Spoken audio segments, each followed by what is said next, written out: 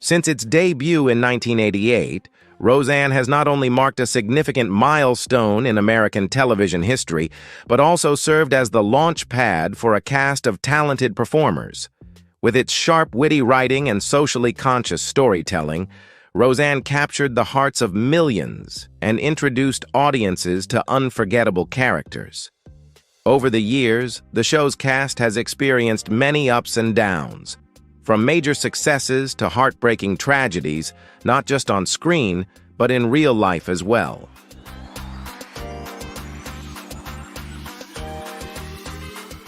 In this article, we'll take a look back at the journey of the main cast members over the past 30 years, uncovering the heartbreaking tragedies they've faced and examining their net worth as of 2025.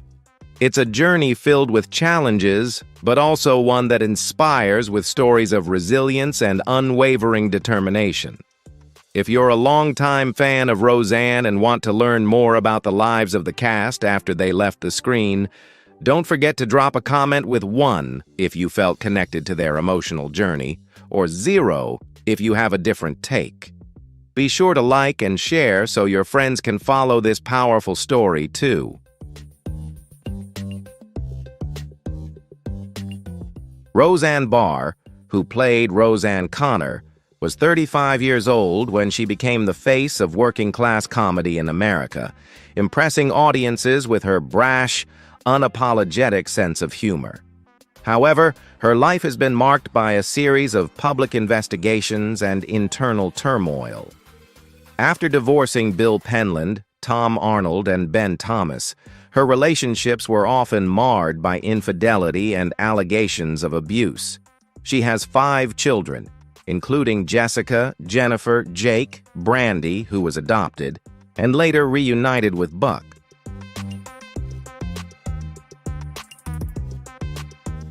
In 2018, Roseanne's controversial tweets led to her being fired from the reboot of Roseanne.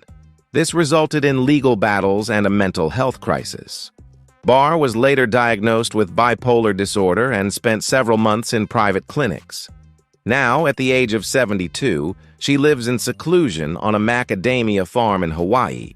Her brother passed away from cancer in 2022, and one of her daughters publicly rejected her after she revealed too much in a memoir.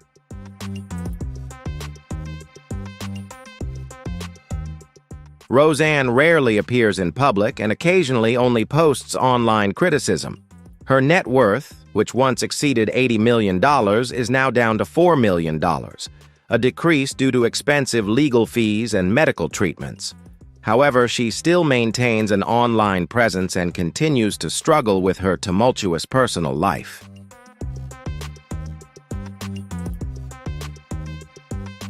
Sarah Gilbert, who played Darlene Connor, was just 13 years old when Roseanne began. She quickly became a voice of her generation, known for her wit and anxious, introspective performance. However, growing up on set blurred the lines between acting and personal identity. Sarah's early relationships were damaged by secrecy and control.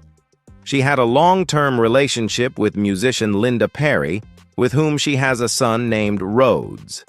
That relationship, however, ended in a prolonged custody battle in 2020.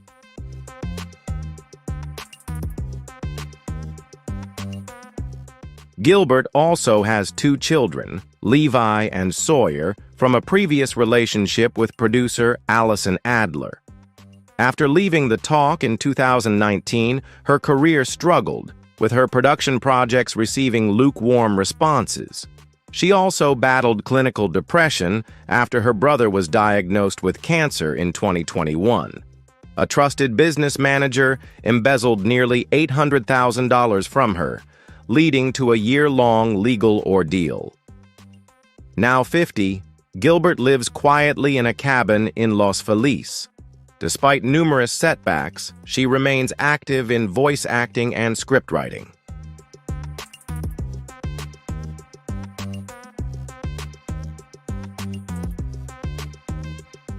Gilbert's current net worth is estimated at $3 million. a significant drop from the earnings she made during her earlier successes.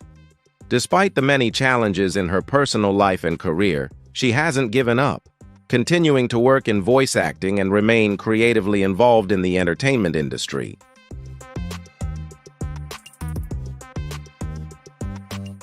John Goodman, who played Dan Connor, was 36 years old when he joined Roseanne. He portrayed a lovable working-class father. His acting brought joy to the show, but in real life, Goodman faced many struggles. He married Annabeth Hartzog in 1989, and they have a daughter named Molly. However, issues with alcohol and food addiction caused his life to spiral, leading to multiple stints in rehab during the 1990s. His weight ballooned, putting pressure on both his health and his marriage.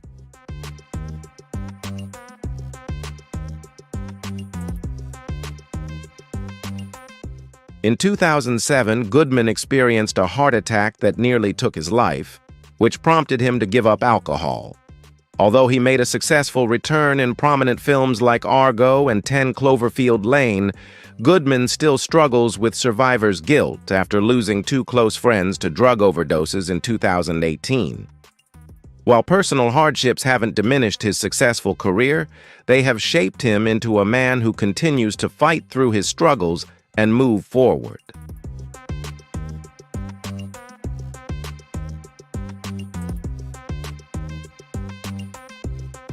John Goodman quietly parted ways with Annabeth Hartzog, though they never officially divorced, living apart due to chronic arthritis and insomnia. Goodman began turning down acting roles. Now, at the age of 72, he lives in relative solitude in New Orleans. Though he rarely gives interviews, he continues to support mental health initiatives and occasionally teaches acting workshops. His net worth is estimated at around $6 million, though it has declined due to healthcare costs and years of poor management.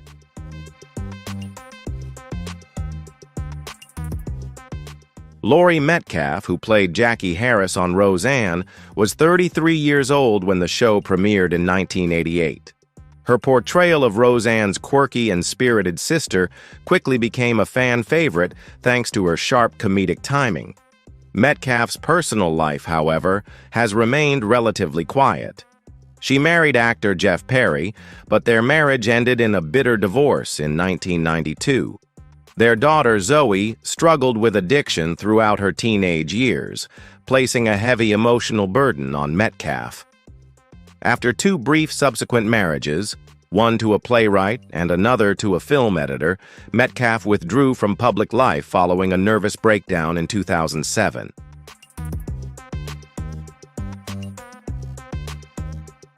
Her career after Roseanne was unstable, with performances that were often praised but overshadowed by long gaps between jobs, largely due to her battle with severe anxiety.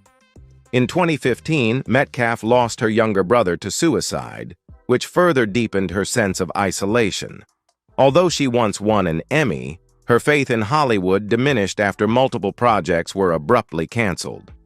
Now 69 years old, she lives a modest life in a small coastal town in Oregon and rarely appears in public.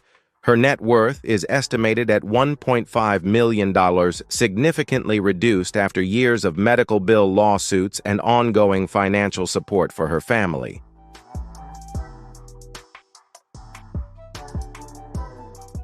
Michael Fishman, who played DJ, the Connor family's youngest son, was only 6 years old when Roseanne first aired in 1988. His portrayal of the shy, often overlooked youngest child brought a sense of realism to the show. After the series ended, Fishman's career declined as he struggled to transition to adult roles. Fishman married Jennifer Briner in 1999, and they have two children, Aaron and Isabel. However, their marriage ended in divorce in 2018, following long periods of separation and emotional distance.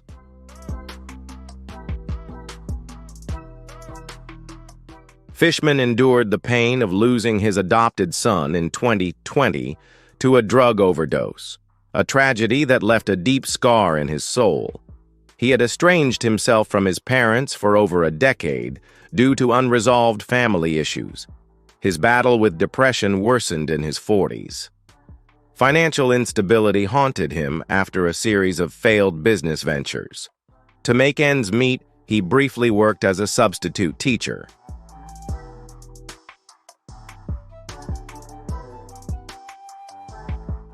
Despite facing many difficulties, he occasionally finds behind-the-scenes work in the production department. Now 43 years old, Fishman lives alone in a modest apartment in Los Angeles. He leads a quiet life, staying away from the spotlight. His net worth is currently estimated at around $150,000, much less than his childhood fame. However, he remains grateful for the time he had on Roseanne.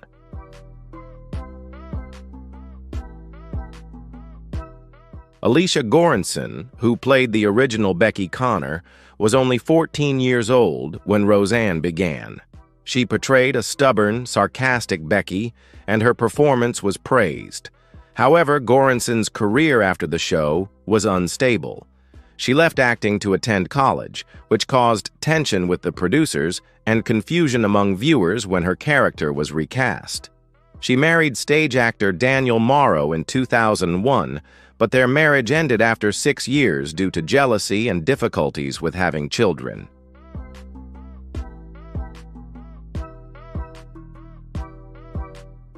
Goranson later adopted a daughter named Lily and raised her as a single mother.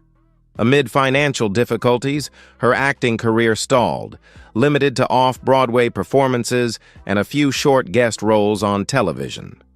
She had to endure the pain of losing her younger brother to suicide in 2010, which pushed her into a deep emotional spiral and distanced her from her extended family.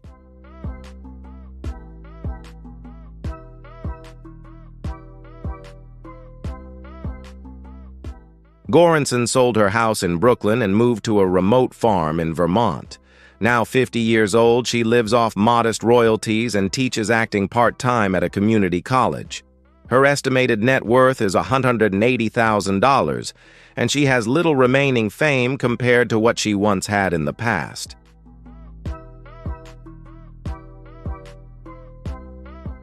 Johnny Galecki joined Roseanne at the age of 13 as David Healy, Darlene's boyfriend. His performance captured the vulnerability of a young man yearning to be accepted. After Roseanne, he found great success in The Big Bang Theory. But his personal life has been full of turmoil. He has never been married but has had several high-profile relationships, including a long-term one with Sarah Gilbert, his co-star on Roseanne, but they broke up when Gilbert publicly came out as gay.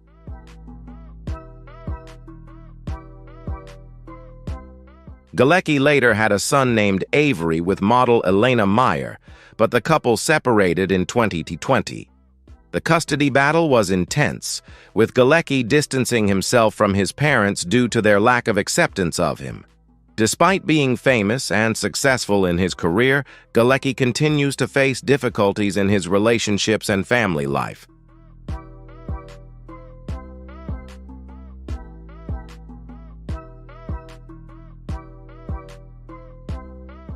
Johnny Galecki, despite being famous for his role in The Big Bang Theory, has struggled with many issues over the years. His lifestyle haunted him for many years, and he also had to face alcohol addiction in his 30s. After a car accident in 2012, he sought rehabilitation. Although he has always maintained a professional appearance, insiders describe him as a lonely and introverted person. Now, at 49, Galecki lives in Nashville, finding comfort in music and woodworking.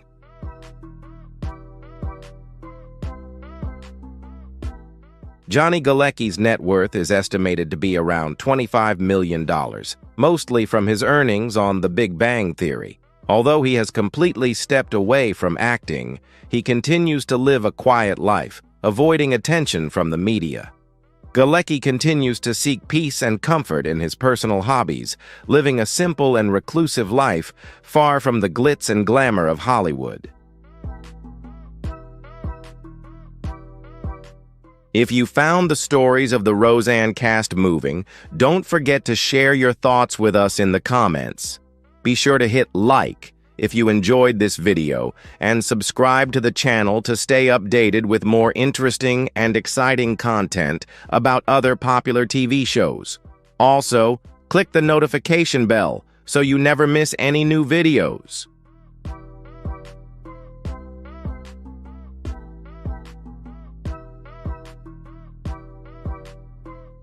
Natalie West, who played Crystal Anderson, Roseanne's fragile but optimistic friend, was 32 years old when the show began. Her character portrayed emotional vulnerability and a complex love life, reflecting many of West's own struggles. Although she received early acclaim, her career stalled after Roseanne, as casting directors were reluctant to see her beyond the role of Crystal. She married poet Elliot Graves in 1995, but the marriage ended within 4 years.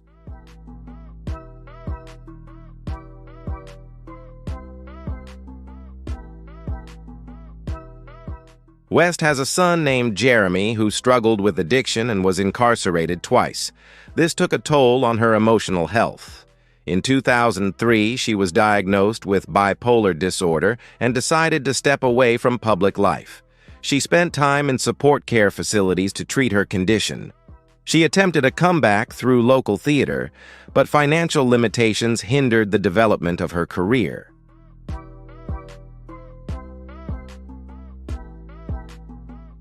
The 2008 recession forced West to sell her house and declare bankruptcy. Now at 69, she lives in a nursing home in Evanston, Illinois, and is struggling with early-onset dementia.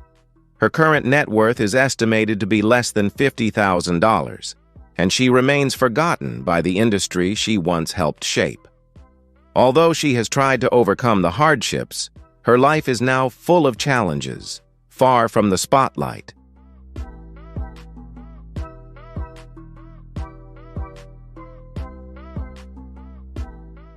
Sarah Chalke, who played Becky Connor for the second time starting in 1993, was only 16 years old when she began portraying a smart and sarcastic teenager in a chaotic working-class family.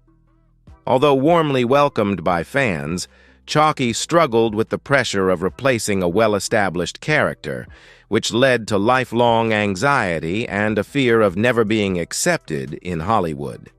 Her career after Roseanne was unstable, with roles that never gained the same level of recognition as before.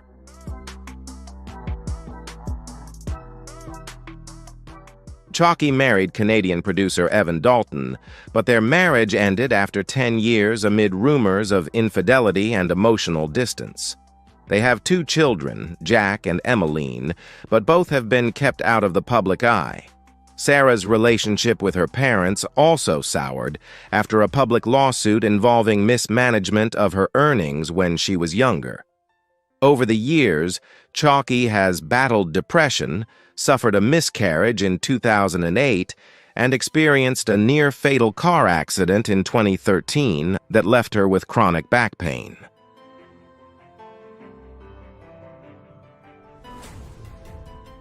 Although she occasionally appears in television shows, Sarah Chalke's career remains largely quiet. At 48 years old, she lives a quiet, secluded life in Vancouver and rarely gives interviews.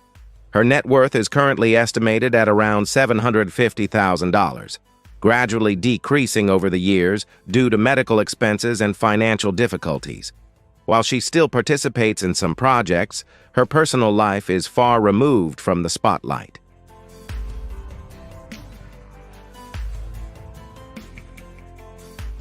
Glenn Quinn, who played Mark Healy, Becky's rough yet kind-hearted boyfriend, was only 20 years old when he joined Roseanne in 1990.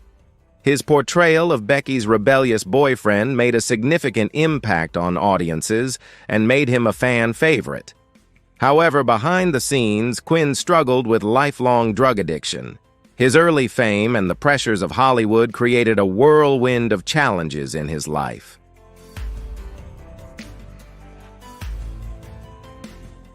After Roseanne ended, Quinn's career never recovered. He briefly became engaged to an ambitious actress named Holly Kessler, but their engagement ended after multiple stints in rehab. Quinn had a daughter named Grace, but he never met her. The mother of Grace kept her existence a secret until after Quinn's passing. He had become estranged from most of his family, including his half-siblings, and often spoke about the emptiness he felt.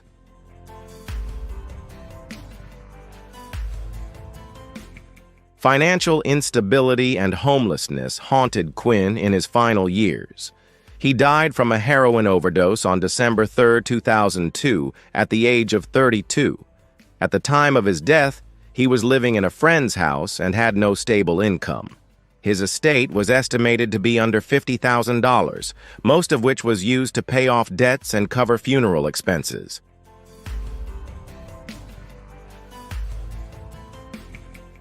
Estelle Parsons, known for her role as Beverly Harris, the overbearing and judgmental mother in Roseanne, was 61 years old when the show began in 1988. Her performance as a humorous, controlling matriarch who subtly conveyed emotional implications of a deeply unstable family past was widely praised. In real life, Parsons experienced a life filled with disappointment following 2 failed marriages and lived alone for the remainder of her life. She has 3 children, Richard, Eliza, and Georgia.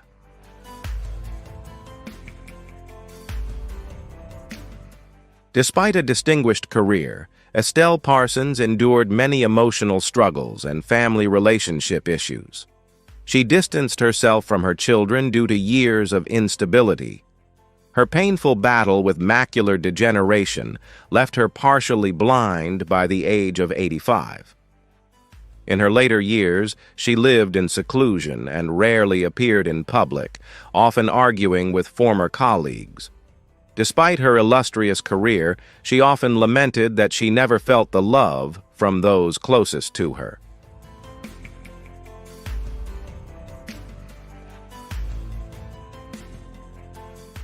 Estelle Parsons spent her final years in a modest assisted living facility in New York, far from the glamour of Hollywood. By 2025, she is 97 years old and in declining health. Her estimated net worth is around $1.2 million, most of which is invested in trust funds that she can no longer access without the help of others. Her life now is quiet and peaceful, away from any public attention.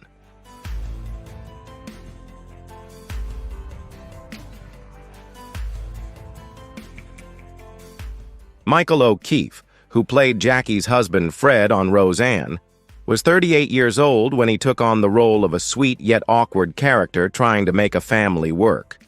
While his character struggled with commitment, O'Keefe's real life was no less tumultuous. He married singer Bonnie Raw in 1991, but their marriage ended in a bitter divorce a decade later, plagued by prolonged separations and conflicting demands in their careers.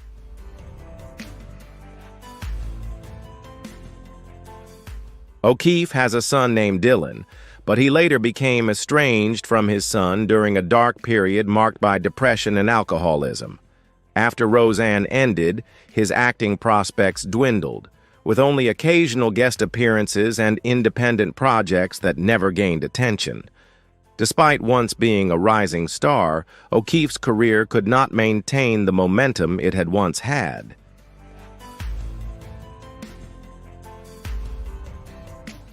Michael O'Keefe has struggled financially after his acting career declined. These challenging years have forced him to face numerous difficulties in maintaining a stable life. Although no longer prominent in the entertainment industry, he continues to live in the shadows, staying away from public attention.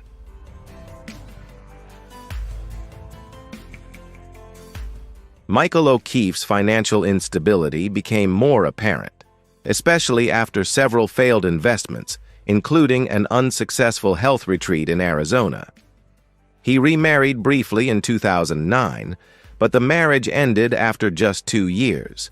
Now, he lives in quiet solitude in upstate New York, estranged from most of his family and believed to be dealing with chronic health issues. While he has a few writing contracts, his presence in Hollywood has long since faded.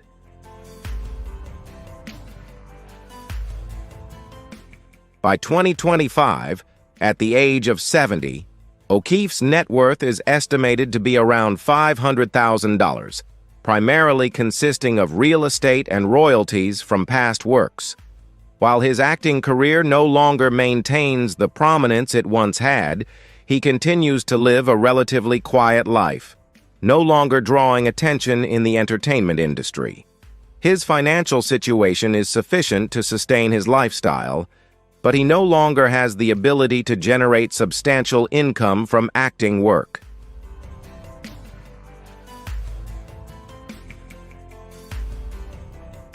Sandra Bernhard, who played Nancy Bartlett, a bisexual character on Roseanne, was 36 years old when she joined the show in 1991.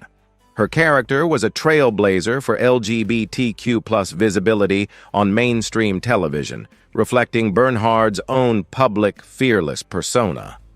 However, after the show ended, her career stumbled. She struggled to break free from being typecast and watched her solo career in comedy fade as younger voices began to dominate the scene.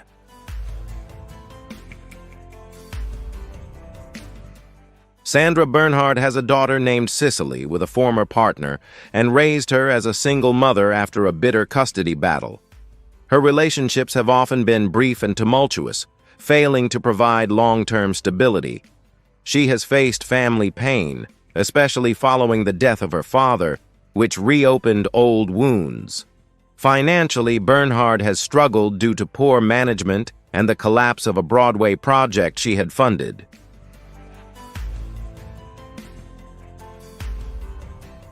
Now 69 years old, Sandra Bernhard continues to perform at small venues and host podcasts, but she is no longer as famous as she was in the 90s. Despite concerns about her health and ongoing anxiety, she remains outspoken and confident in public conversations. Her net worth is currently estimated at $750,000. However, she no longer maintains the prominence in the entertainment industry that she once had and struggles with personal financial difficulties.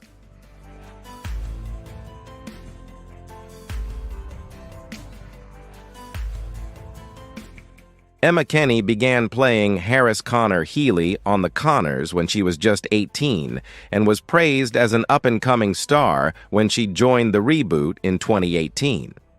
Now 25 years old, Emma has navigated the pressures of fame from a young age, but not without consequences. Her public image is that of a confident icon of Generation Z, but in reality, she is facing her own private struggles. After a messy argument with her parents, she legally emancipated herself at the age of 20.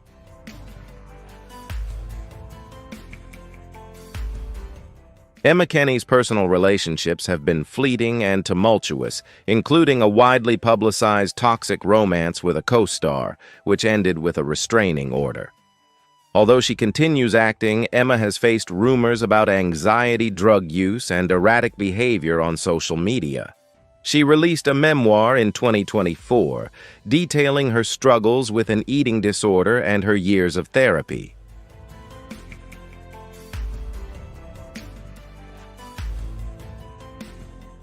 Financially, Emma Kenney has done well thanks to The Connors and sponsorship deals. However, those close to her say she feels more lonely than ever. She currently lives in Los Angeles with 2 rescue dogs and rarely attends industry events. Her current net worth is estimated at $1.5 million, but much of that is invested in trust funds and therapy-related expenses, limiting her access to personal finances.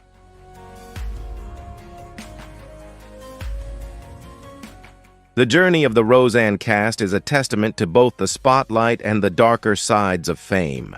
From the laughter on screen to the quiet struggles off screen, they have endured unimaginable highs and lows. While not everyone has managed to maintain their former glory, each of them has left an indelible mark on the hearts of fans. If you find these stories meaningful, Feel free to share your thoughts in the comments below. Which character did you love the most?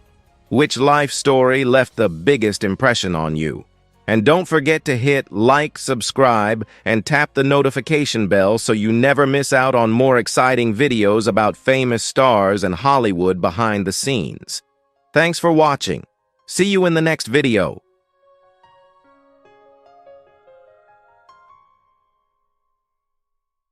The Wild Bunch, a cinematic masterpiece released in 1969, changed the way stories were told and marked the beginning of a new era for Western films. But that spotlight was just the tip of the iceberg. Behind the screen, the stars of the movie went through turbulent lives, from glory to solitude, from failing health to silent inner battles. This isn't just the story of a film, it's the journey of people who gave everything to their craft and had to learn how to face the harsh truths of life. If you found this story compelling, drop a 1 in the comments. If not, comment 0. And don't forget to like, share the video, and subscribe to the channel so you won't miss out on more powerful stories like this. Let's begin right now. William Holden played Pike Bishop, a role that seemed tailor-made for his own life story. Born on April 17, 1918 in O'Fallon, Illinois, Holden was 51 years old when he starred in The Wild Bunch in 1969. On screen, Pike is an aging outlaw leading a gang that's slowly falling apart in a world that's rapidly changing. With a face marked by deep lines, eyes heavy with sorrow, and a calm, weary presence, Holden gave Pike a tragic, almost mythic quality, as if he weren't just acting, but reliving the turbulence of his own life through the character.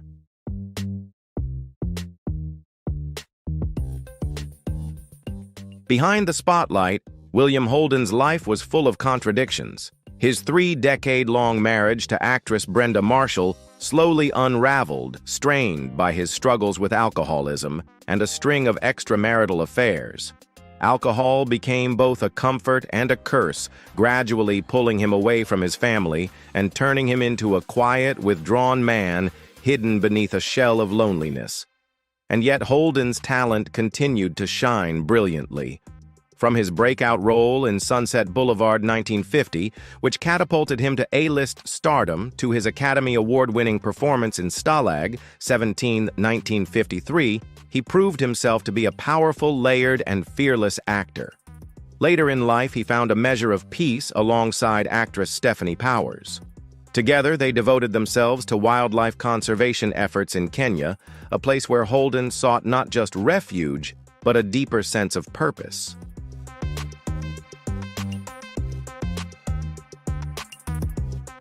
Despite his efforts to escape the shadows of his past, Holden ultimately could not conquer himself.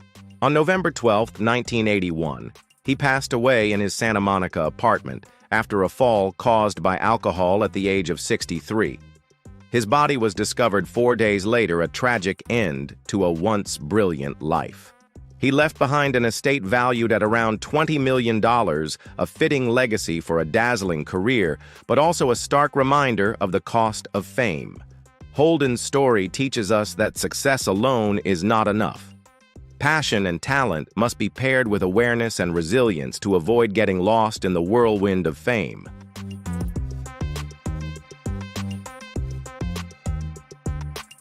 Ernest Borgnine played Dutch Angstrom Pike's close, fiery, yet fiercely loyal friend in The Wild Bunch. Born on January 24, 1917 in Hamden, Connecticut, he was 52 when he took on the role of Dutch, a passionate, rough-around-the-edges outlaw with a big heart and unshakable loyalty. This role mirrored Borgnine himself, tough on the outside, but deeply emotional and compassionate beneath the surface. On screen, he was a powerhouse of energy. Off-screen, however, his personal life was marked by a series of painful, often irreparable breakdowns.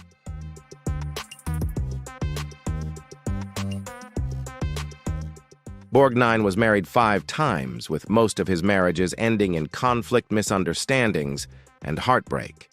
His brief 42-day marriage to singer Ethel Merman became the subject of ridicule in the entertainment world, and he openly admitted that his impulsiveness and lack of self-control were to blame for the breakup. Though he always appeared with a friendly smile on screen, Borgnine often confessed that deep down he felt lost and weary. Yet instead of giving up, he continued to dedicate himself passionately, from serious dramatic roles to comedic performances, like the voice of Mermaid Man in the animated series SpongeBob SquarePants, bringing joy to millions of children around the world.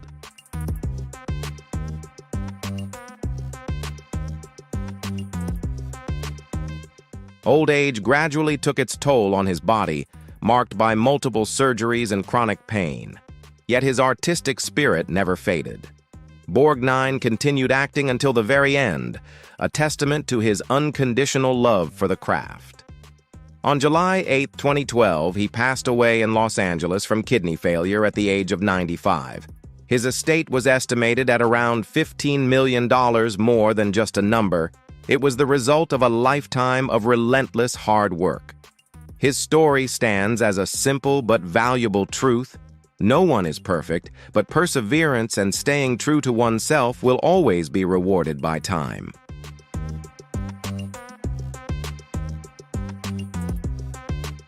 Robert Ryan as D. Thornton, a role rich with inner conflict, much like his own career.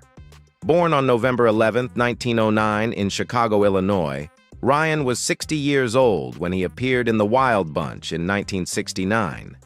D is a former gang member forced to hunt down his old comrades to earn his freedom, trapped between past loyalties and harsh realities. With his ever-haunted gaze and calm, measured voice, Ryan brought a profound psychological depth to D, an intensity he had pursued throughout his more than 3 decades in the industry.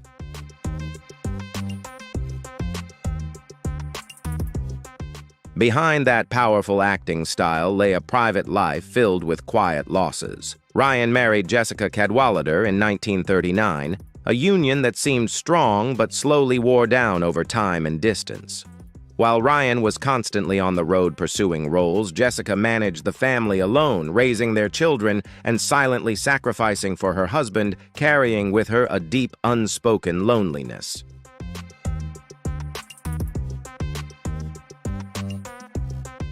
When the cruel shadow of cancer struck Jessica in the early 1970s, Ryan found himself caught in a relentless battle, torn between the demanding roles that required his presence and the torment of helplessness as he watched his beloved wife suffer.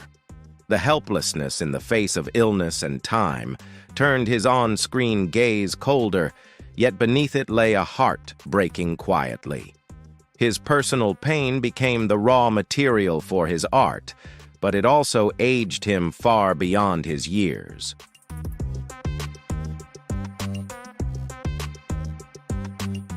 Ultimately, Ryan could not escape his harsh fate. A longtime smoker, he paid a painful price when diagnosed with lung cancer. His body, once a source of pride that had helped him win collegiate boxing championships, gradually weakened. The loss of his wife plunged him into a deep despair, leaving Ryan's final months torn between the will to continue his craft and the cruel reality of his failing health.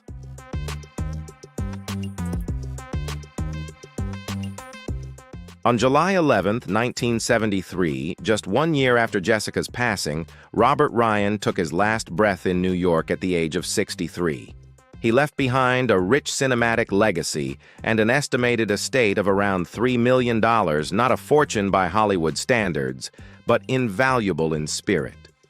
His life serves as a reminder that true courage isn't always about triumph on screen, but about how we confront pain in real life. Robert Ryan remains a symbol of compassion beneath a tough exterior, a profound lesson in humanity amid a fiercely competitive world. If you found this story interesting, don't forget to share the video and subscribe to the channel so you won't miss out on more captivating content. Let's continue the story right now.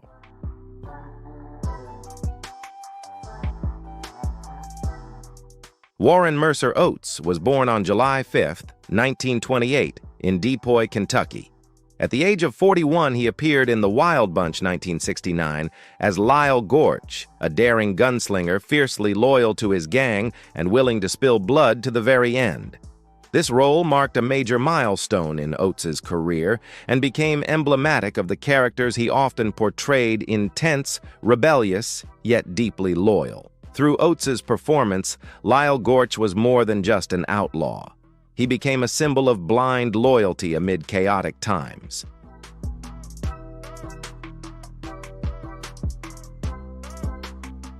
However, Warren Oates' real-life journey was far from the glory portrayed on screen. Born into a working-class family, he left school early to support himself and later joined the U.S. Marine Corps. His path to the stage was a tough one, starting with minor roles in Western TV series before finally earning his place in mainstream cinema. Without the conventional Hollywood looks, Oates relied on his talent and relentless perseverance to make his mark, qualities that earned him deep respect among his peers.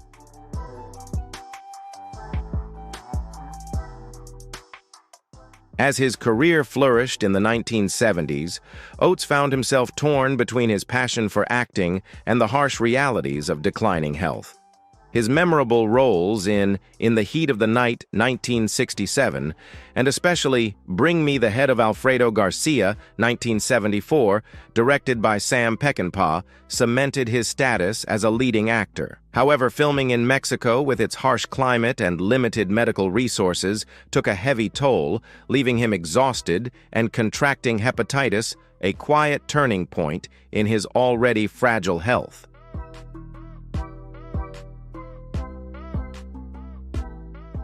Oates seemed deeply aware of life's fleeting nature. He lived fast, recklessly, and indulgently.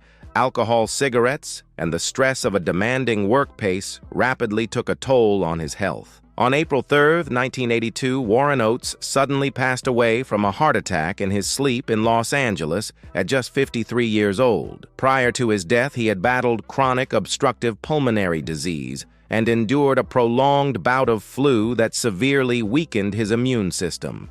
His body was cremated, and according to his wishes, his ashes were scattered on his beloved ranch in Montana, a place he always considered his true home.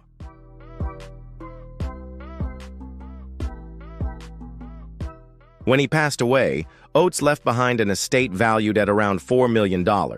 But his true worth wasn't in that number. It was in how he redefined the anti-hero archetype: imperfect, unpolished, yet genuine and steadfast. Warren Oates stands as proof that you don't have to be the brightest star to make an impact. What matters is living true to your passion and never giving up on yourself.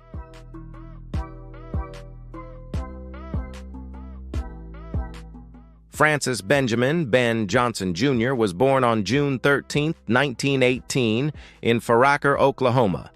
In 1969, at the age of 51, he appeared in The Wild Bunch as Tector Gorsh, the loyal brother alongside Lyle, a tough cowboy with a fierce survival instinct in the dying days of the Wild West. With his square jaw, calm voice, and authentic cowboy demeanor in every step, Johnson brought a level of realism to Sam Peckinpah's film that few could match.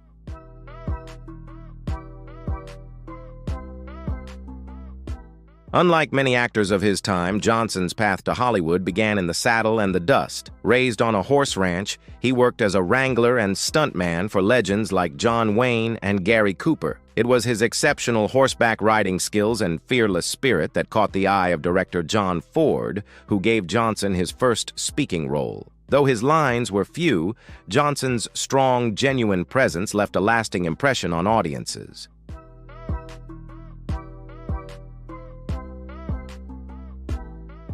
Ben Johnson's career wasn't always smooth. He clashed with some big-name directors, causing him to miss out on certain roles, but he never gave up. For Johnson, Western films weren't just a job, they were part of his very blood and soul. His personal life reflected that cowboy spirit as well. He married Carol Elaine Jones, daughter of a famous horse rancher, and they stayed together for life. Though they had no children, Johnson poured his love into his horses and the rodeo sport he was devoted to throughout his life.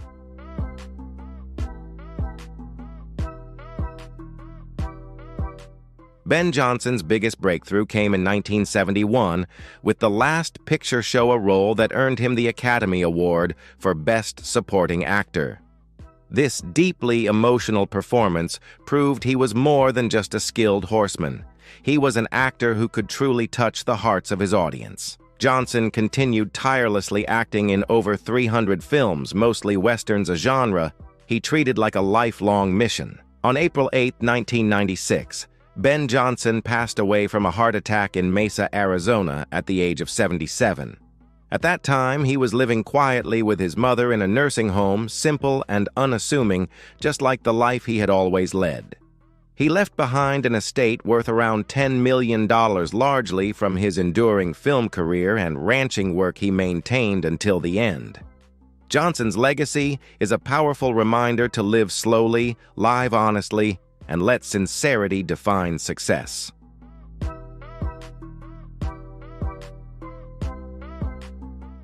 Emilio Fernandez, a name forever linked to the ruthless General Mapache in The Wild Bunch, was born on March 26, 1904 in Sabinas, Coahuila, Mexico. When he took on the role in 1969, he was 65 years old, embodying a merciless dictator who symbolized corruption and brutality. The intensity of the character wasn't just acting, it reflected a part of Fernandez's true nature: passionate, fiery, unyielding, and uncompromising.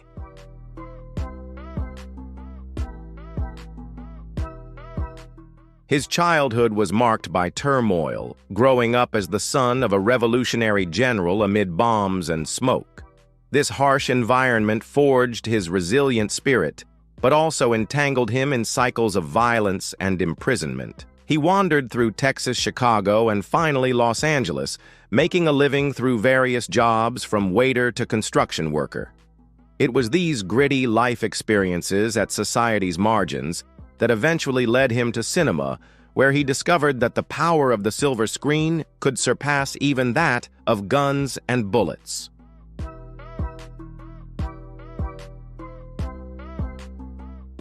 Though he became one of the iconic faces of Mexican cinema, Fernandez's personal life was marked by a series of heartbreaks.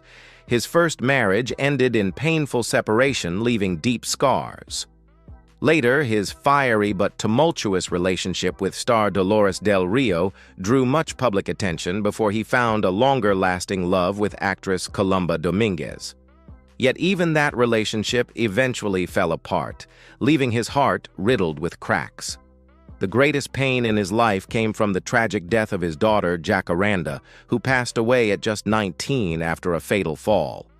From that moment on, Fernandez was never quite the same. He grew colder, more severe, channeling all his losses into his craft. His life was a blend of passionate artistry and wounds that would never fully heal.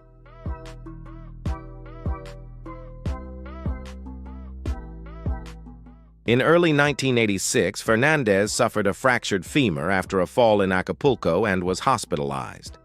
Complications arose when he was mistakenly given a blood transfusion contaminated with malaria parasites, which severely worsened his condition.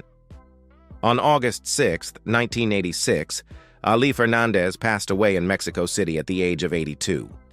He left behind an estate valued at around $50 million, but disputes over his assets only underscored the complexity of his life. His fortress-like home in Coyoacán was later transformed into a cultural center, a lasting symbol of an artist who never bowed to the times. Fernandez's story serves as a reminder that wounds, when not hidden away, can become a legacy both painful and magnificent.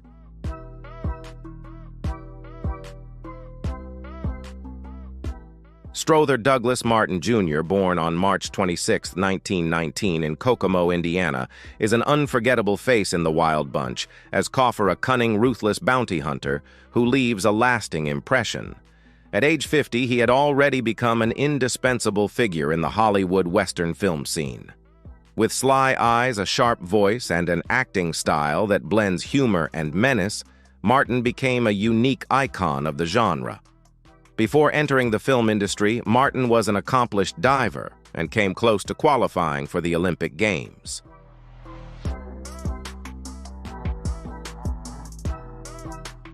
When his dream of a sports career didn't come true, Strother Martin turned to Hollywood, starting with roles so small they were often forgotten. His youth was marked by days spent living in run-down apartments, taking on whatever work he could find, from odd jobs on film sets to bizarre supporting roles just to make ends meet. Martin was never truly given the chance to play leading men, something that quietly weighed on him. He longed to portray characters with emotional depth and humanity, but the film industry often typecast him as villains, eccentrics, or comic relief. Still, he never complained.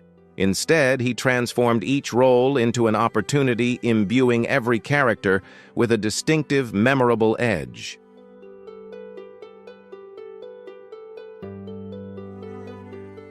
Martin's family life, though childless, was filled with warmth.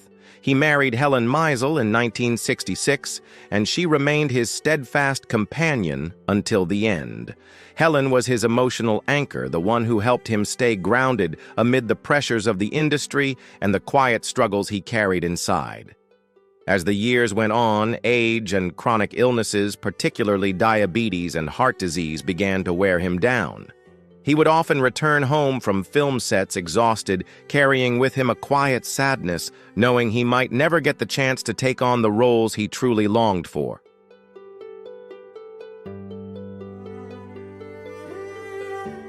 On August 1st, 1980, just hours after attending a party in Beverly Hills, Strother Martin passed away from a heart attack at his home in Thousand Oaks, California, at the age of 61. His sudden death shocked Hollywood, as Martin was still a sought-after and beloved presence on screen. The estate he left behind was modest, around $2 million, but the impact he made on cinema far exceeded any financial measure. Martin proved that a supporting role is not synonymous with insignificance. When your performance is compelling enough, you can become an icon, even if you're only on screen for a few minutes.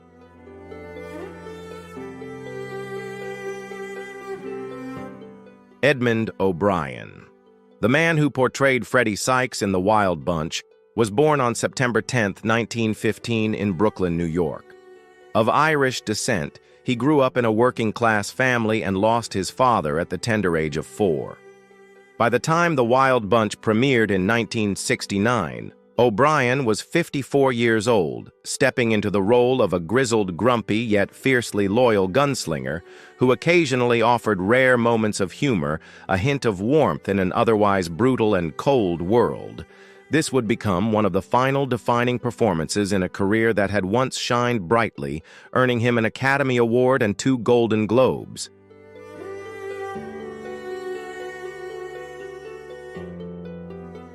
Behind the spotlight was a life filled with quiet sorrow.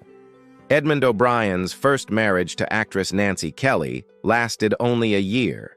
In 1948, he married singer and actress Olga San Juan, and together they had 3 children.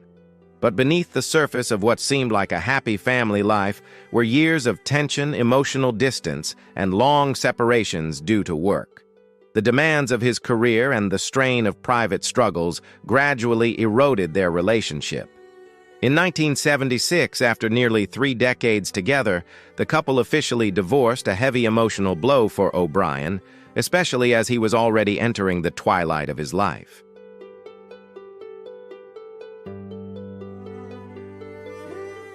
Worse still, by the late 1970s, he began showing the early signs of Alzheimer's disease.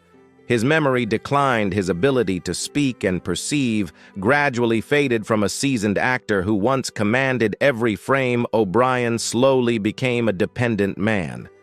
In his final years, he was confined to a wheelchair, often living in a state of confusion and loss of control. His daughter once recounted a haunting memory, her father lying in a hospital bed, restrained in a medical jacket, screaming in a delirious state, a sight no one could have imagined from a man who once conquered the heights of Hollywood.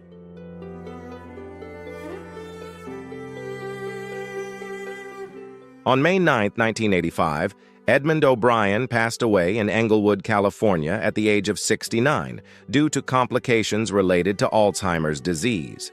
He left behind a net worth of around $4 million to his children, not a vast sum considering his once great fame, but a reminder that cinematic glory is not immune to the ravages of time and illness.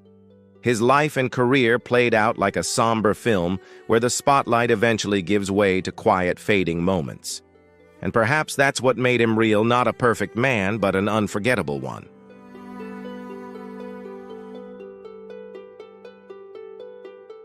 Bo Hopkins, born William Malden Hopkins, was born on February 2, 1938, in Greenville, South Carolina. In 1969, at the age of 31, he made a lasting impression with his role as Crazy Lee in The Wild Bunch. With his wild demeanor, defiant gaze, and an intensity tinged with chaos, he became an iconic figure of American westerns in the years that followed. His Southern accent, laced with a rebellious edge, made Hopkins a natural fit for roles as men on the fringes of society, tough, rugged characters with complex inner lives.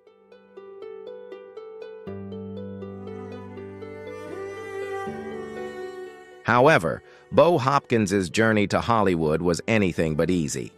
He married young to Norma Wood, and the couple had a daughter. But when he made the decision to pursue an acting career, a dream Norma couldn't accept, he sacrificed his family in search of the spotlight. Just as his career was beginning, he lost his home life and found himself alone in New York, scraping by as a waiter and parking attendant. While studying acting, he struggled day by day, barely getting by, chasing a dream that came at a heavy personal cost.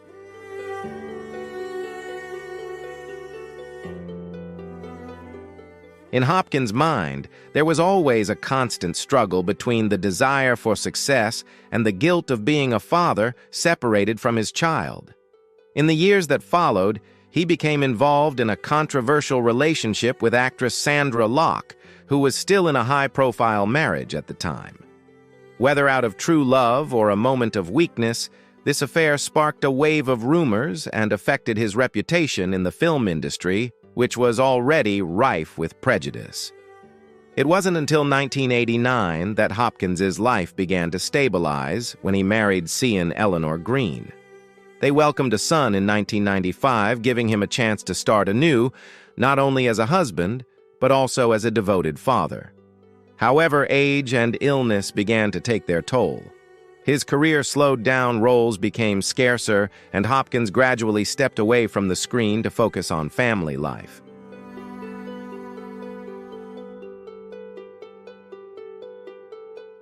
On May 28, 2022, Bo Hopkins passed away in California following a heart attack at the age of 84.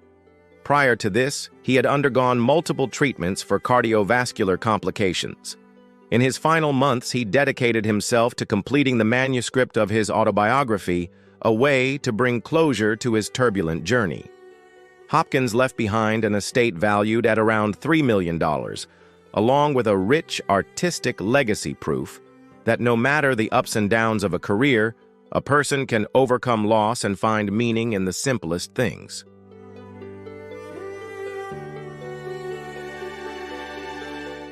Jaime Sanchez was born on December 19, 1938, in Rincon, Puerto Rico.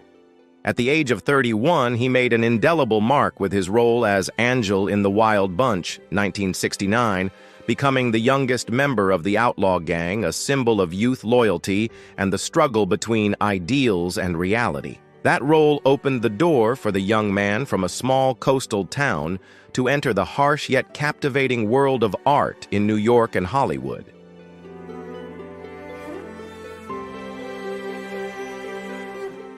However, Sanchez's career path was far from easy. Despite his attractive appearance and strong acting skills, he was repeatedly typecast as poor Latin characters, street criminals, or minor supporting roles with limited screen time. While many of his contemporaries rose to stardom, Sanchez quietly appeared in films like The Pawnbroker and TV series such as Kojak and Miami Vice roles that reflected the ethnic stereotypes and lack of diversity prevalent in the film industry at the time.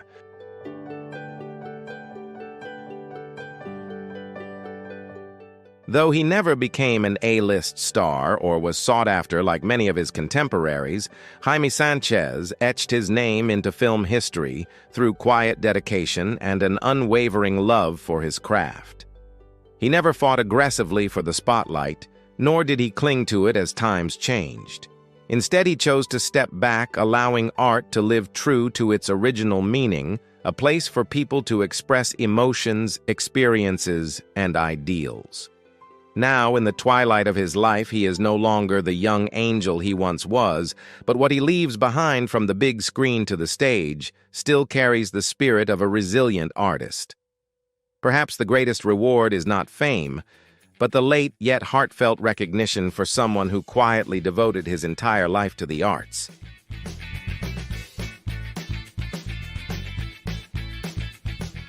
Alfonso Arau was born on January 11, 1932 in Mexico City. In 1969, at the age of 37, he made a lasting impression with his role as Captain Herrera in The Wild Bunch, a cold, tough antagonist symbolizing the corruption of power in the film's chaotic world. This was not just a single role, but a milestone marking the beginning of a 4-decade journey that would establish Arau as a respected figure in both Mexican cinema and Hollywood.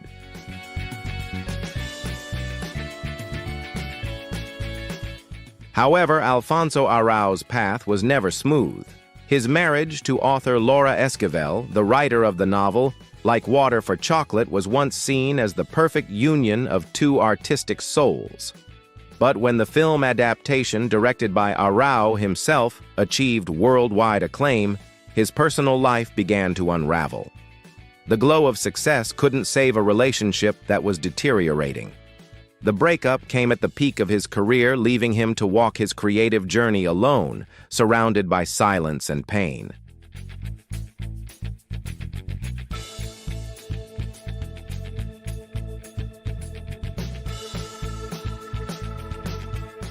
After 2000, perceptions of Alfonso Arau began to shift.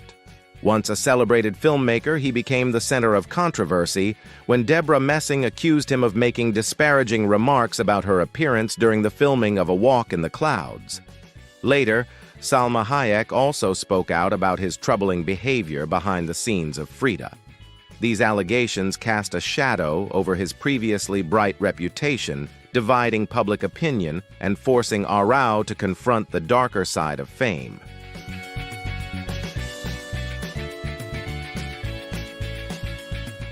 Today, at 93 years old, Alfonso Arau is one of the last surviving members of the Wild Bunch cast.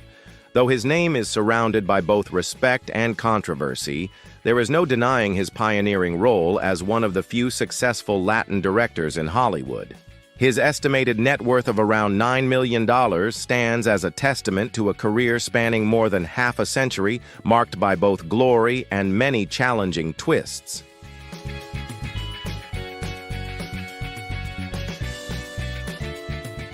Ellis McQueen Jr., better known by his stage name LQ. Jones was born on August 19, 1927 in Beaumont, Texas. In 1969, at the age of 42, he appeared in The Wild Bunch as TC, a ruthless and cold-blooded bounty hunter who helped intensify the bleak and brutal atmosphere of this classic film. With his towering frame, fierce gaze, and commanding presence, Jones made the character an essential part of Sam Peckinpah's violent Western landscape.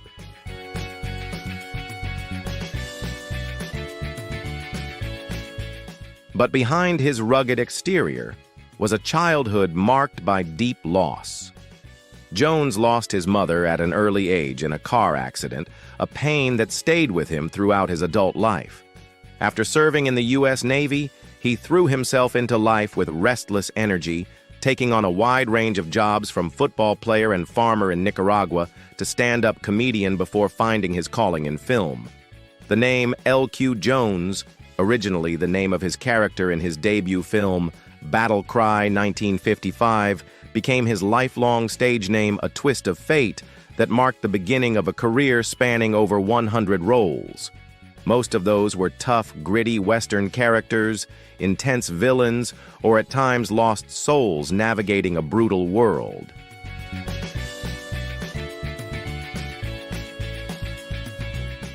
Success on screen did not come with happiness in everyday life. L.Q. Jones, once a pillar of the classic Western spirit, chose to quietly retreat in his later years. As his co-stars like Strother Martin passed away one by one, Jones withdrew from the spotlight, avoiding cameras and crowds, leaving behind only old reels of film to speak for him. On July 9, 2022, L.Q. Jones passed away at his home in Hollywood Hills, Los Angeles, at the age of 94. Though his net worth was a modest $1 million humble compared to the artistic legacy he left behind, he is remembered as one of the last true icons of classic Western cinema, tough, quiet, and unyielding.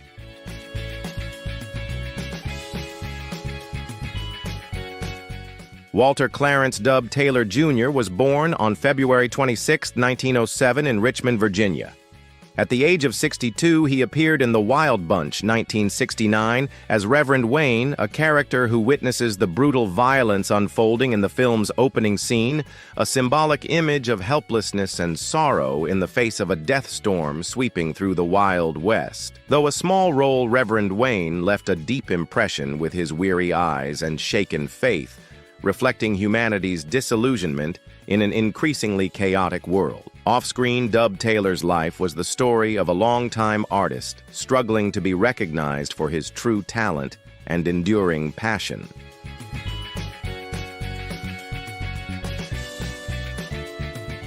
Taylor began his career showcasing his impressive xylophone skills before gradually transitioning into acting, most notably in westerns, where he was often cast as Cannonball, a humorous sidekick character that followed him for years. Despite appearing in dozens of films, he longed to break free from the shadow of supporting roles and shine in a truly leading part. That inner struggle left him in a state of prolonged tension, torn between maintaining a stable family life and the deep desire to be recognized as a serious, legitimate artist.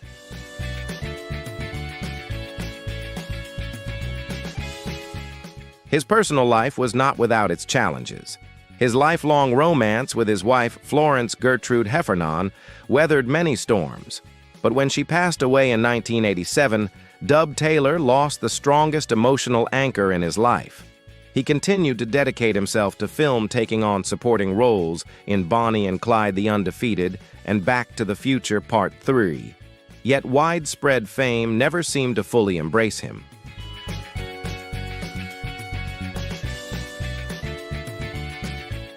Hollywood gradually forgot the loyal artist, leaving behind only his son Buck Taylor, also an actor, as his sole source of comfort. At times, even Buck's success seemed to deepen the quiet sorrow of a father who had spent a lifetime devoted to his craft, yet was largely remembered only as a supporting actor. On October 3, 1994, Dub Taylor passed away from heart failure in Los Angeles at the age of 87. He left behind a modest net worth of around $1 million, a humble sum, when measured against more than half a century of dedication to the art of cinema.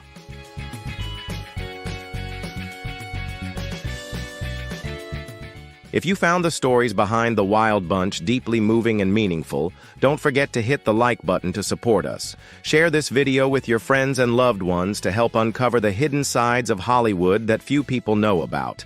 And be sure to subscribe to the channel and turn on the notification bell so you won't miss our next videos featuring legendary stars and iconic films. Thank you for watching, and we'll see you in the next video.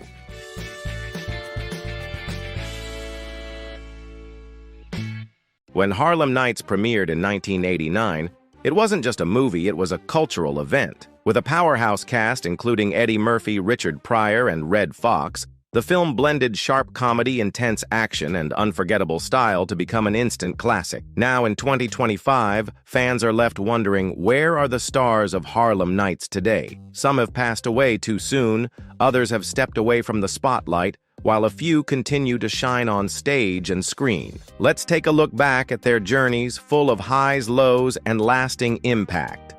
If you found this story interesting, leave a comment with the number 1. If not, leave a comment with 0. Don't forget to like, share the video, and subscribe to the channel so you won't miss any exciting videos. Let's start the story together right now.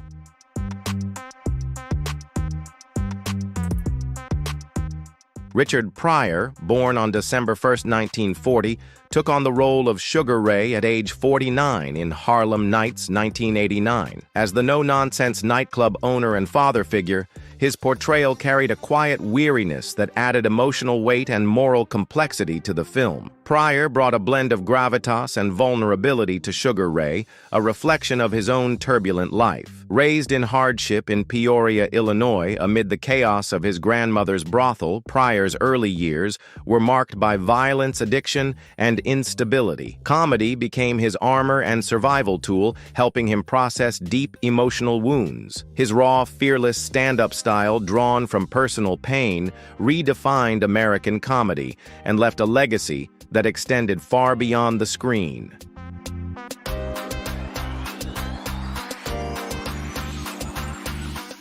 Pryor's career was a roller coaster of triumphs and turmoil, from groundbreaking success in the 1970s to devastating struggles with addiction. A near-fatal freebasing incident in 1980 left him with severe burns, and in his later years, he battled multiple sclerosis.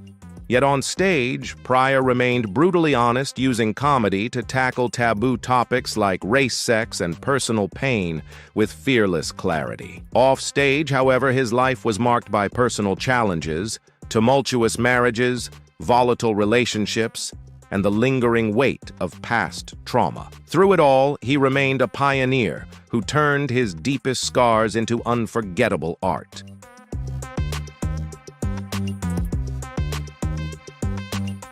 Pryor's offstage struggles took a serious toll on his career. He frequently abandoned projects or clashed with producers due to his unpredictable behavior and ongoing addiction. Even after his passing, unreleased recordings and other valuable assets became the focus of prolonged legal battles. He died of a heart attack on December 10, 2005 in Los Angeles, leaving behind a towering legacy of comedy, but also a trail of financial and personal hardship that underscored the pain behind the laughter.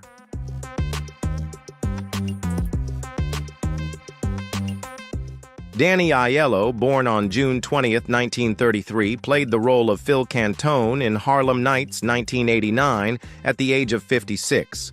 With his tough, abrasive demeanor and commanding presence, Cantone became a classic example of the gritty villains of that era.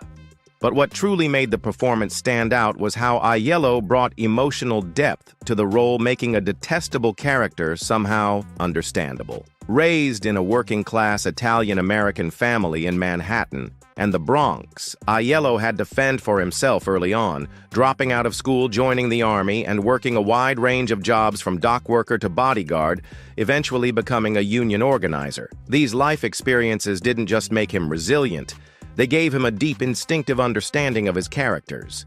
He knew how to get under their skin live like them and bring them to the screen with raw authenticity.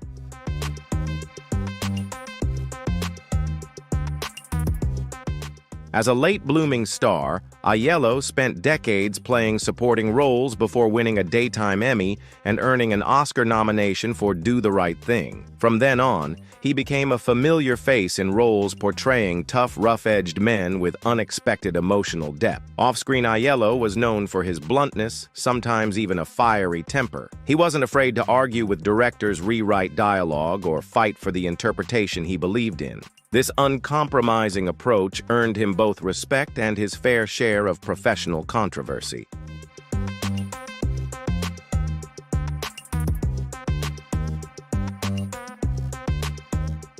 Alongside the spotlight, Aiello also faced profound personal loss. In 2010, he lost his son, Danny Aiello III, a heartbreak that led him to withdraw and reevaluate his personal life.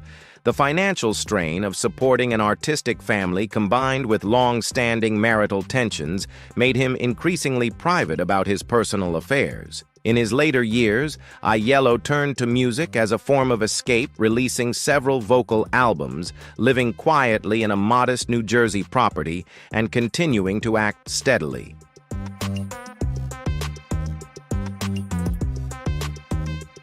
Danny Aiello passed away on December 12, 2019, in Saddle River, New Jersey, at the age of 86. His estate was estimated to be worth only a few $1 million, a modest figure by Hollywood standards, yet one that reflected exactly who he was, a working-class artist, hardworking, honest, and resilient. He didn't leave behind glitz or extravagance, but he did leave behind an impressive body of work and an irreplaceable presence in the hearts of his fans.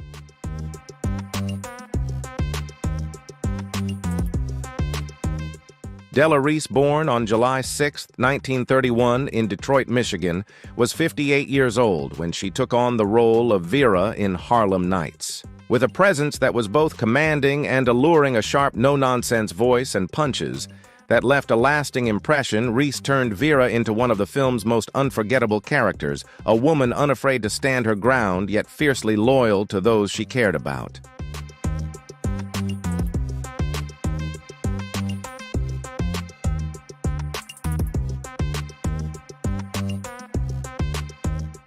Della Reese's childhood was a journey marked by hardship.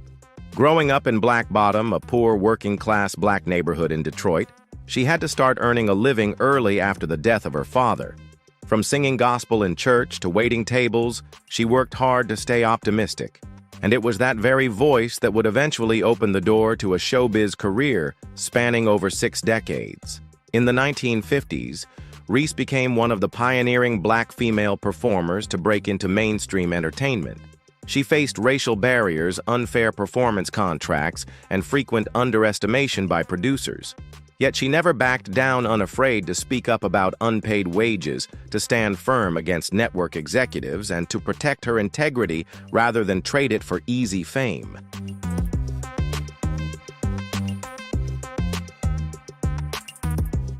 Her career experienced its ups and downs. A variety show she hosted failed to meet expectations, nearly pushing Reese out of the entertainment industry. In 1979, she suffered a life-threatening cerebral aneurysm.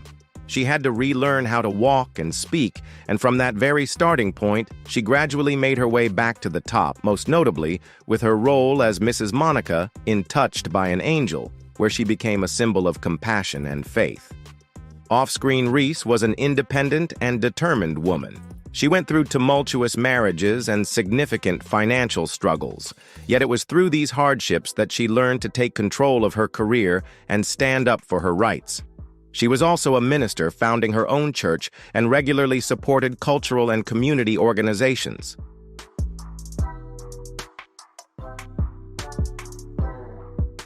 Della Reese passed away on November 19, 2017 in Los Angeles at the age of 86. She left behind an estate valued at around $3 million, which included her home in Beverly Hills, music and television royalties, a rare collection of gospel records, and numerous pieces of jewelry, most of which were donated to religious and community organizations in accordance with her wishes.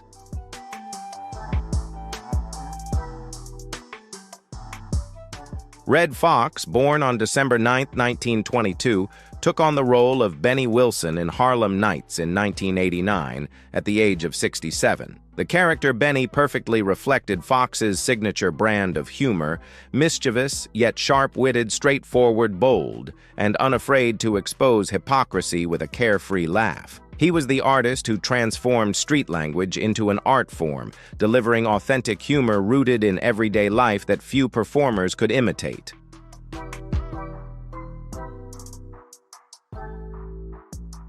Redd Foxx's life began with an early departure from home to make a living. Raised in a working-class family in St. Louis, he quickly faced the harsh realities of society. Foxx started performing in small nightclubs across the Midwest and Chicago, where he honed his rebellious style of comedy, unpolished, but always resonating with audiences through its boldness and raw insight. From there, he rose to become the king of adult comedy, a proud title that also brought him considerable stigma from mainstream media.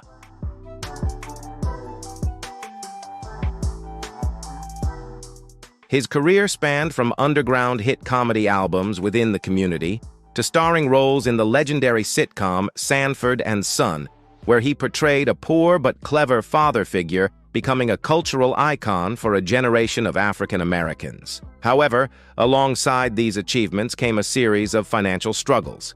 His lavish spending habits, uncontrolled investments, and massive tax debts led to repeated troubles with the U.S. Internal Revenue Service. In 1989, just months after filming Harlem Nights, his Las Vegas home was sealed off, and many of his personal assets were publicly seized. This stark contrast to his stage glory served as a costly lesson on the importance of financial management, no matter how successful you are.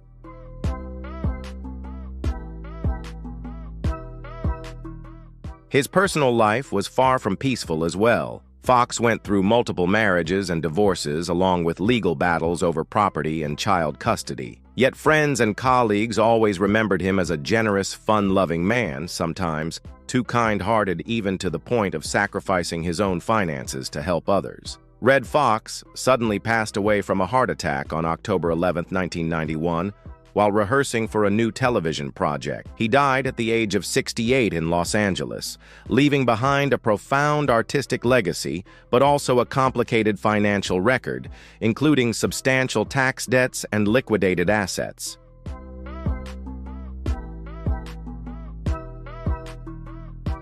Michael Lerner, born on June 22, 1941 in Brooklyn, New York, was 48 years old when Harlem Nights premiered in 1989. He played Bugsy Calhoun, a ruthless, money-hungry mafia boss with a fiery temper, making him the most dangerous force in the film. On screen, Lerner's Bugsy was an intimidating figure draped in flashy suits, a performance that thrilled audiences while clearly showcasing the actor's ability to dominate any scene.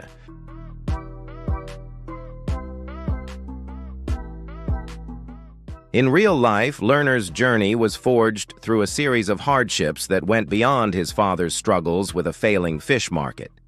He endured poverty classmates mocking his physique and a mother who withdrew into silence after the death of a younger sibling. Determined to become an actor, he earned a scholarship and eventually studied in London, where he once lived with John Lennon and Yoko Ono, a time marked by wild parties and appearances in experimental films that reflected his eccentric personality.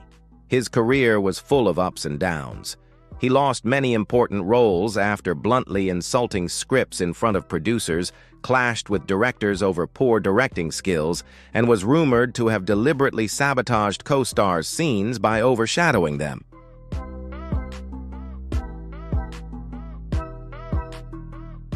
In a notorious incident on the gangster film set, Lerner reportedly walked off in the middle of shooting after a heated argument over script changes, costing the production an entire day of filming.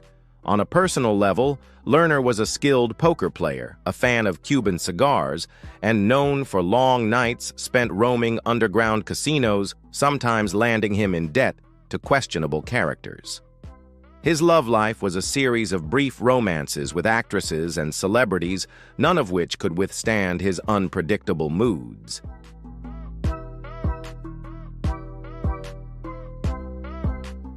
By the late 1990s, his career had slowed down, although he remained a respected actor in Europe. Michael Lerner passed away on April 8, 2023 in Burbank, California, due to complications related to epilepsy at the age of 81. His estate, valued at $3 million, included 2 apartments in Manhattan, a valuable archive of film memorabilia, rare Art Deco furniture, and a temperature-controlled humidor for his cigar collection. Some of these assets were discreetly sold after his death to cover old gambling debts and ongoing contract disputes. If you enjoyed this story and want to keep exploring, don't forget to hit like, share the video, and subscribe to the channel so you won't miss any exciting videos. Let's keep going together right now.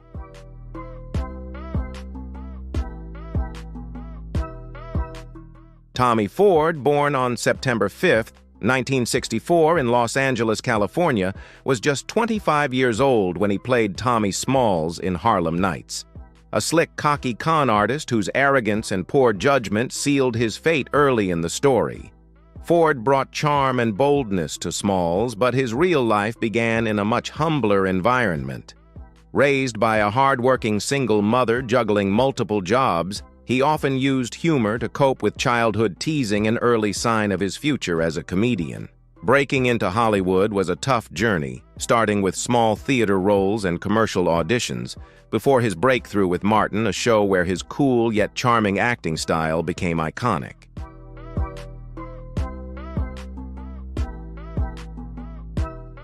However, fame also came with its share of disappointments, contract disputes, casting challenges with television networks, and the collapse of a Martin spin-off project marked one of the biggest setbacks in his career.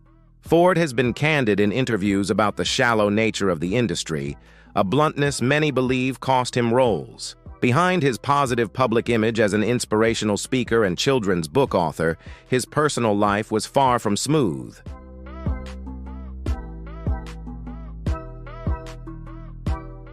A painful divorce plunged him into financial hardship, compounded by a series of poor investments in independent stage productions that drained much of his savings. Health issues, especially high blood pressure, were a persistent but quiet concern, made worse by his demanding work schedule and frequent speaking engagements. In his later years, he devoted much of his energy to community work and anti-bullying campaigns, often funding them out of his own pocket despite declining income.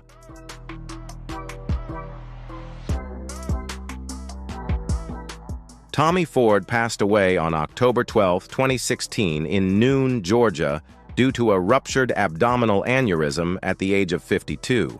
His estate, valued at $2 million, included modest properties in Georgia and California earnings from decades of television work, children's books he authored, and a collection of custom-made suits and watches. These items were auctioned off to fund a scholarship in his name, a lasting legacy that continues to inspire long after the cameras stopped rolling.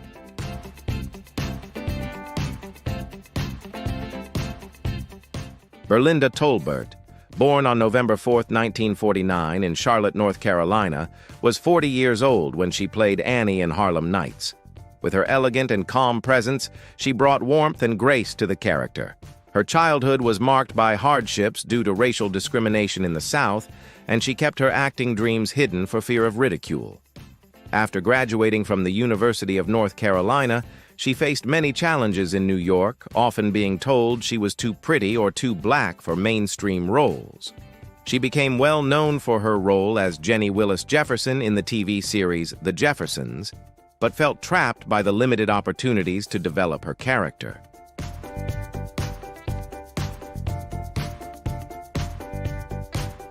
In the late 1980s, she was replaced on a TV project after opposing racially insensitive dialogue, which led to her being marginalized within the industry. Married to journalist Bob Reed, she keeps her personal life private and retired in 2013 due to dwindling opportunities for older black actresses. Now, 75 Tolbert lives quietly between Los Angeles and North Carolina, investing in real estate and teaching acting.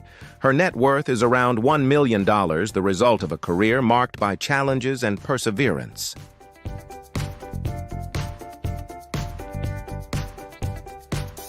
Jasmine Guy, born on March 10, 1962, was 27 when she played Dominique LaRue in Harlem Nights, 1989.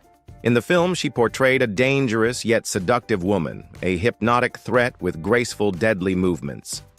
The role of Dominique amplified Jasmine Guy's familiar persona from a different world, a woman who was both witty and quietly fierce. But behind that polished exterior was a childhood full of contradictions. Born into a mixed-race family, she was raised under strict rules, demanding perfect posture and emotional restraint from an early age.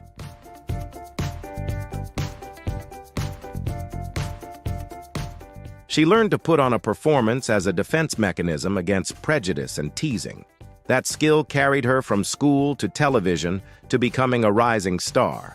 But her career also left scars, contract disputes, salary battles, and the burden of being a beautiful, intelligent black woman in an industry that's usually only comfortable with one of those things at a time. Highlights of Guy's career include an NAACP Image Award-winning performance, a recording deal, and later a successful turn as a director. She also authored the biography of Afeni Shakur. Still, her momentum was often interrupted by professional disagreements, roles going to less diverse actors, and nearly a decade where reruns were her only presence on screen.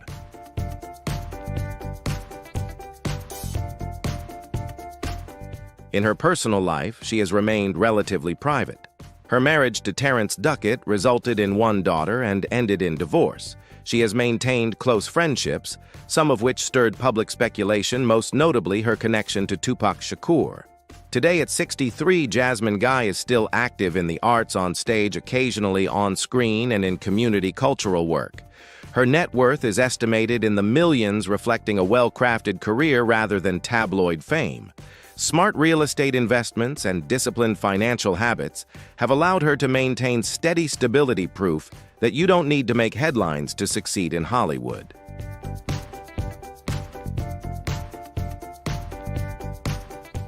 G2 Kumbuka, born March 4, 1940 in Helena, Alabama, was 49 when he played the toothless gambler in Harlem Nights. His character, an unlucky dice shooter, had a brief but memorable appearance, injecting tension and tragedy into the film's climax. Raised in a strict religious household with a Baptist minister, Father Kumbuka endured a tough childhood, masking his frustrations with charm and finding his first escape through the church stage.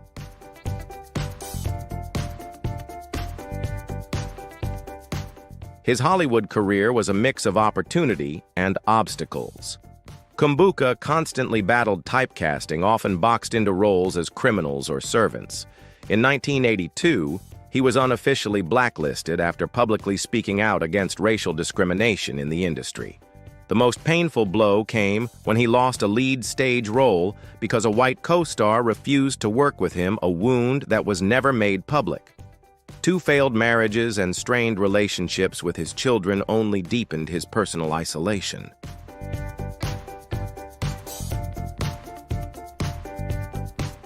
After a period of heavy drinking in the 1970s, he returned to gospel music and theater, eventually writing his memoir, A Giant to Remember, in 2011, a call for justice and recognition for black actors. He passed away from cancer on July 4, 2017 in Atlanta, at the age of 77. His estate, valued at around $1 million, included a modest home and a personal collection of scripts, which were passed on to relatives, most of whom had grown distant from him in his final years.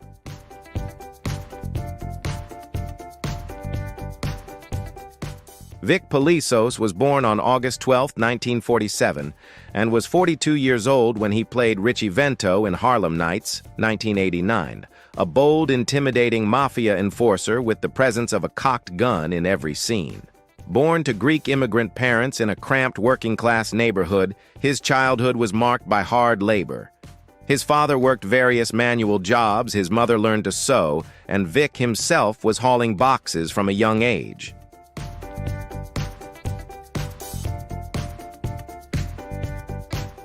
He dropped out of school early, was drawn into the chaotic street life, but gradually found discipline in the theater, where the intensity that once kept him alive also held the audience's attention. His path to Hollywood was slow and rocky, from local theaters to low-paying supporting roles on TV. He was seen as too intense for leading roles, yet too handsome for supporting ones, a paradox that kept his career on the edge of a breakthrough.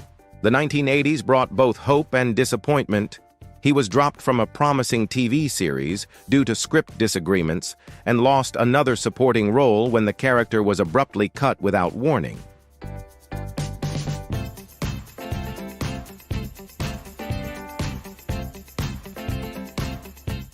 Pelisos was known for his thorough preparation and tough attitude, earning him both respect and caution from others. Although he avoided major scandals, rumors about his gambling habits circulated, forcing him to take smaller roles to maintain his income.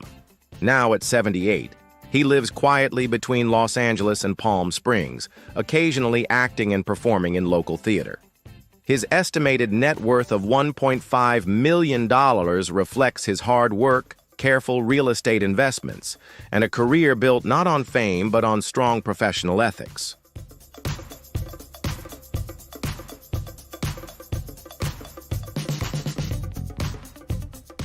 Charlie Murphy was born on July 12, 1959, and was 30 years old when he played Jimmy in Harlem Nights. As a sharp, loyal, and humorous hitman, Jimmy mirrored Murphy himself, a fighter from Brooklyn. He grew up with a hard-working mother, an absent father, and the streets as his testing ground. Before turning 18, he was convicted of robbery and served time in prison. Joining the Navy gave him discipline, but also deepened his skepticism of the system.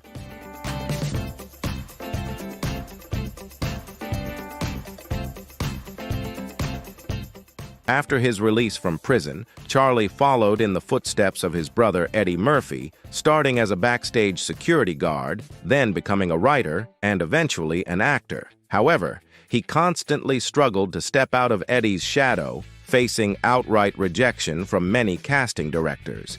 His breakthrough came with Chappelle's Show, where real Hollywood stories were transformed into legendary comedy sketches. But Charlie was also known for his fiery temper. He once walked off set over script disagreements and had heated disputes with producers about unpaid wages.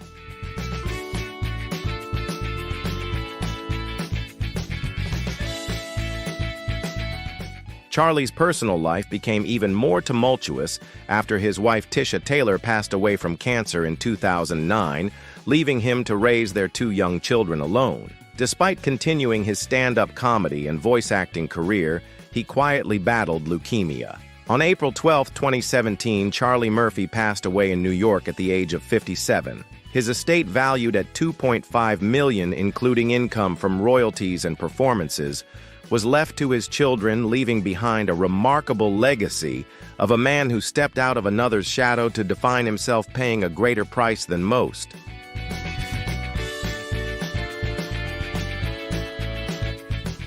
Stan Shaw was born on July 14, 1952, in Chicago, Illinois, and was 37 years old when he played Jack Jenkins, a tough, loyal street fighter and trusted ally in Harlem Nights. The character's physical strength and loyalty mirrored Shaw himself. A master of judo, jiu-jitsu, and karate, his martial arts skills both opened doors and pigeonholed him in Hollywood. Raised in Southside Chicago by a jazz saxophonist father, and within a broken family, Shaw grew up surrounded by a mix of music and violence.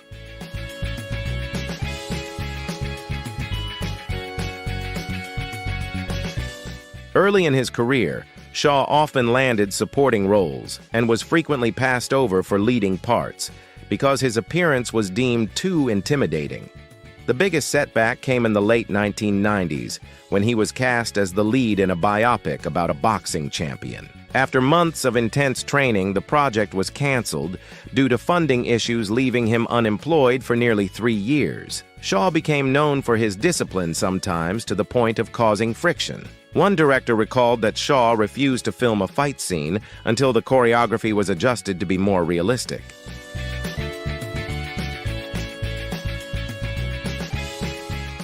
Although he had a few serious relationships, Shaw never married, believing personal freedom was more important.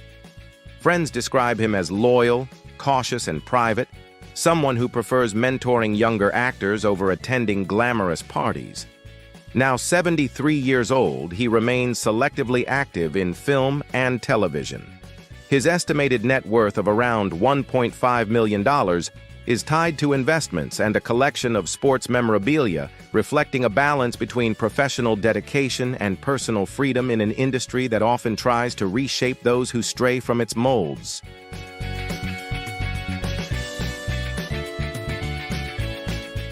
Layla Roseanne was born on April 17, 1964, and played Sunshine in 1989 at the age of 25. Sunshine was the troublemaker of Harlem Nights, a magnetic force capable of upending even the most respectable lives in a single dazzling scene, and Roseanne's performance turned the character into an icon of seductive consequences. Her childhood in Torrance was far from a Hollywood fairy tale. As the daughter of a nurse and a graphic artist, she learned lessons about beauty resilience, how to withstand insults at school, and how to turn vulnerability into a powerful presence.